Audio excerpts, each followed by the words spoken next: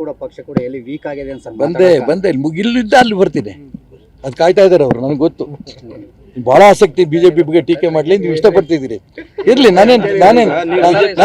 ಅವರು ಎಲ್ರು ಫೈನ್.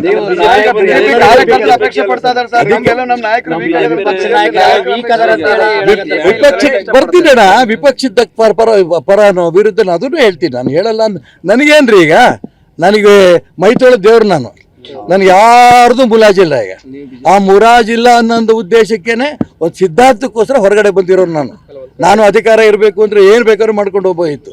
ನಾನು ಹೇಳಿಕೊಟ್ಟಿರೋದು ರಾಜ್ಯದ ಸರ್ಕಾರಕ್ಕೆ, ನಿಮ್ಮ ಕೈಲಿ ಸರ್ಕಾರ ಇದೆ, ಆ ಇರೋ ಸರ್ಕಾರ ಕಳ್ಕೋಬೇಡಿ. ಮಹಾತ್ಮ ಗಾಂಧೀಜಿಯವರು ಅವತ್ತೇ ಹೇಳಿದರು ಕಾಂಗ್ರೆಸ್ ವಿಸರ್ಜನೆ ಮಾಡಿ. ಇದು ಅವರು ಅವತ್ತು ಮಾಡಿಬಿಟ್ಟಿದ್ರೆ ಕರ್ನಾಟಕ ರಾಜ್ಯಕ್ಕೆ ಇವತ್ತು ಈ ಸ್ಥಿತಿ ಬರ್ತಿರ್ಲಿಲ್ಲ. ಇಡೀ ದೇಶದಲ್ಲಿ ಎಲ್ಲ ಕಡೆ ಕಾಂಗ್ರೆಸ್ ವಿಸರ್ಜನೆ ಆಗೋಯ್ತು. ತೆಲಂಗಾಣ ಕರ್ನಾಟಕ 2 ರಾಜ್ಯ ಉಳಿದಿದೆ. ಇವರು ಹಿಂಗೆ ಬಡ್ದಾಡಿದ್ರೆ ಮಹಾತ್ಮ ಗಾಂಧಿಯವರ ಅಪೇಕ್ಷೆ ತಕ್ಕಂತೆ ರಾಜ್ಯದಲ್ಲಿ ಕಾಂಗ್ರೆಸ್ ಸರ್ಕಾರ ನಿರ್ನಾಮ ಆಗಿ ವಿಸರ್ಜನೆ ಆಗುತ್ತೆ. ಇನ್ನು ತೆಲಂಗಾಣ ಒಂದೇ ಉಳಿಯುತ್ತೆ. ಆ ಸ್ಥಿತಿ ತಂದ್ಕೋಬೇಡಿ. ತಕ್ಷಣ ವಿಧಾನಮಂಡಲದಲ್ಲಿ ಏನೇನು ಬಡವರು ಕೆಲಸ ಮಾಡ್ತೀರಿ, ಗ್ಯಾರಂಟಿ ನೀವು ಮನೆ ಬಾರ ಘೋಷಣೆ ಮಾಡಿದ್ದು ನೀವು ಅದನ್ನು ಮಾಡಲೇಬೇಕು. ಅದರಿಂದ ಹಿಂದೆ ಹೋಗಕ್ಕೆ ಬರಲ್ಲ. ಹಿಂದೆ ಹೋದರೆ ಜನ ಹೆಣ್ಮಕ್ಳು ಎಲ್ಲರೂ ಕೂಡ ನಿಮ್ಮನ್ನು ಏನು ಚೀತು ಅಂತಾರೆ. ಅದು ಹಿಂದೆ ಹೋಗಕ್ಕೆ ಬರಲ್ಲ. ಆದರೆ ಯಾವ ದುಡ್ಡಲ್ಲಿ ರಾಜ್ಯದಲ್ಲಿ ಈ ರೀತಿ ಗುಂಡಿಗಳು ಮುಚ್ಚಿ ರಸ್ತೆಗಳು ರಿಪೇರಿ ಮಾಡ್ತೀರಾ?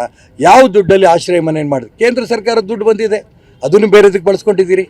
ಆಶ್ರಯ ಮನೆಗಳದ್ದು ಪರಿಶಿಷ್ಟ ಜಾತಿ ಪರಿಶಿಷ್ಟ ವರ್ಗಗಳ ದುಡ್ಡು ಕೂಡ ತೊಗೊಂಡ್ಬಿಟ್ಟಿದ್ದೀರಿ. ದೇವಾಲಯ ದುಡ್ಡು ತೊಗೊಂಡಾಗಿದೆ. ಮತ್ತು ಹೆಂಗೆ ಈ ಅಭಿವೃದ್ಧಿ ಕಾರ್ಯ ಹೆಂಗೆ ಮಾಡ್ತೀರಿ? ಒರಟು ಉತ್ತರ ಭಂಡು ಉತ್ತರ ದಯವಿಟ್ಟು ಕೊಡಬೇಡಿ. ನಾನು ಮುಖ್ಯಮಂತ್ರಿಗಳಿಗೆ ಉಪಮುಖ್ಯಮಂತ್ರಿಗಳು ಹೇಳೋಕ್ಕೆ ಇಷ್ಟಪಡ್ತೇನೆ. ಇಂಥ ದುಡ್ಡು ತರ್ತೇವೆ. ಇಡೀ ಕರ್ನಾಟಕ ರಾಜ್ಯವನ್ನು ಇನ್ನೂ 2 ವರ್ಷ 2.5 ವರ್ಷ ಇದೆ, ಖಂಡಿತ ಅಭಿವೃದ್ಧಿ ಮಾಡ್ತೇನೆ ಅನ್ನೋಂಥ ಆಶ್ವಾಸನೆ ಕೊಡಿ. ಇಲ್ಲ ಅಂದರೆ ನಿಮ್ಮ ಸರ್ಕಾರ ಬಿದ್ದೋಗುತ್ತೆ. ಮಹಾತ್ಮ ಗಾಂಧಿ ಅವ್ರ ಕನಸು ನನಸಾಗುತ್ತೆ. ಬಂದೆ ವಿರೋಧ ಪಕ್ಷದ ಮುಗಿಸ್ತೀನಿ, ಆಮೇಲೆ ಅಂತ ಬರ್ತೀನಿ. ವಿರೋಧ ಪಕ್ಷ ಬೇಕು ಹೇಳ್ಬೇಕು ಬೇಡ, ನೀನೇ ಶುರು ಮಾಡಿದ್ದು ಹೌದಾ? ಅದಕ್ಕೋಸ್ಕರ ರಾಜ್ಯದಲ್ಲಿ ಒಂದು ವಿರೋಧ ಪಕ್ಷ ವಿರೋಧ ಪಕ್ಷ ತೋರ್ಗಾಣಿಕೆ ವಿರೋಧ ಪಕ್ಷ ಆಗಬಾರ್ದು. ಏನೇನು ತಪ್ಪಾಗಿದೆ ಮುಖ್ಯಮಂತ್ರಿಗಳಿರ್ಬೋದು ಉಪಮುಖ್ಯಮಂತ್ರಿಗಳಿರ್ಬೋದು ಸರ್ಕಾರದ ಯಾವುದೇ ವ್ಯಕ್ತಿಗಳ ಬಗ್ಗೆ ನೀವು ಇಂತಿಂಥ ತಪ್ಪು ಮಾಡ್ತಿದ್ದೀರಿ, ಆ ಬಡವ್ರ ಬಗ್ಗೆ, ಆ ಹಿಂದುಳಿದವ್ರ ಬಗ್ಗೆ, ಆ ದಲಿತರ ಬಗ್ಗೆ, ಕಾಂಟ್ರಾಕ್ಟರ್ಗಳು ಎಷ್ಟು 1000 ಕೋಟಿ ಬಾಕಿ ಇದೆ ಅಂತ ಹೇಳ್ತಿದ್ದಾರೆ. ಯಾಕೆ ಕೊಡ್ತಾ ಇಲ್ಲ? ದುಡ್ಡಿಲ್ವಾ? ಕಾಂಟ್ರಾಕ್ಟರ್ ಹೇಳ್ತಾ ಇದ್ದಾರೆ 60% ಕಮಿಷನ್ ತಿಂತಾ ಇದ್ದಾರೆ ಇವರು ಅಂತ.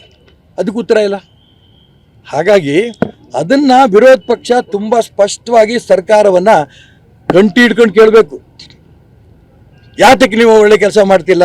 ಯಾಕೆ ಕಾಂಟ್ರಾಕ್ಟರ್ ದುಡ್ಡು ಕೊಟ್ಟರೆ ಉಳಿದ ಕೆಲಸ ಮಾಡ್ತಾರೆ? ಯಾಕೆ ಬಡವರಿಗೆ ಆಶ್ರಯ ಮನೆಗಳು ಮಾಡ್ಕೊಡೋಕ್ಕಾಗ್ತಿಲ್ಲ? ಯಾಕೆ ರಸ್ತೆ ಗುಂಡಿ ತುಂಬಕ್ಕಾಗ್ತಿಲ್ಲ? ವಿರೋಧ ಪಕ್ಷವೂ ಕೂಡ ತಾನು ಯಶಸ್ವಿ ಆಗಿಲ್ಲ ಅನ್ನೋದು ತುಂಬ ನೊಂದು ಹೇಳ್ತಾ ಇದ್ದೀನಿ.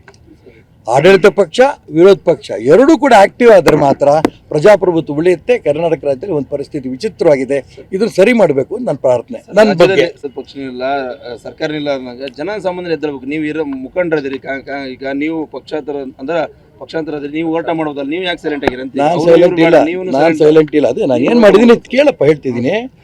ನಾನು ನನ್ನ ಶಕ್ತಿ ತಕ್ಕಂತೆ ಶಿವಮೊಗ್ಗ ನಗರದಲ್ಲಿ ಎಲ್ಲ ಆಶ್ರಯ ಮನೆಗಳು ಬಡವರು ಯಾರಿದ್ದಾರೆ ಅವರಷ್ಟು ಜನಕ್ಕೆ ಕರ್ಕೊಂಬಂದು 4 ಸರಿ ಮುತ್ತಿಗೆ ಹಾಕ್ಸಿದ್ದಾರೆ. ಈಗ ಕೊಡ್ತೀವಿ, ಈಗ ದುಡ್ಡು ಬಿಡುಗಡೆ ಮಾಡ್ತೀವಿ, ಈಗ ಬಿಡುಗಡೆ ಮಾಡ್ತೀವಿ ಅಂತ ಹೇಳ್ತಿದ್ದಾರೆ, ಮಾಡ್ತಿಲ್ಲ. ಎಲ್ಲೆಲ್ಲಿ ರಸ್ತೆ ಗುಂಡಿಗಳಿದೆಯೋ ವಿಶ್ವಾಸ ಇದೆನಾ? ಇಲ್ಲಿ ಕಾರ್ಪೊರೇಟರ್ ಇವರು ಅವ್ರ ಕ್ಷೇತ್ರದಲ್ಲಿ ಎಲ್ಲ ಕಡೆ ಗುಂಡಿ, ರೋಡೆಲ್ಲ ಬ್ಲ್ಯಾಕ್ ಮಾಡಿದ್ವಿ. ಆ ರಸ್ತೆಗಳು ನೀವು ಕೆಲಸ ಮಾಡೋ ತನಕ ನಾವು ಬಿಡಲ್ಲ ಅಂತ ಈ ಕೆಲಸಗಳು ಶುರು ಆಗ್ತಾ ಇದೆ. ಇಡೀ ಸ್ಟೇಟಿನ ಮಾಡೋ ಶಕ್ತಿ ನನಗಿಲ್ಲ. ಶಿವಮೊಗ್ಗದಲ್ಲಿ ಏನಿರಬೇಕು ಎಲ್ಲ ನಾವು ಮಾಡ್ತಾ ಇದ್ದೀವಿ.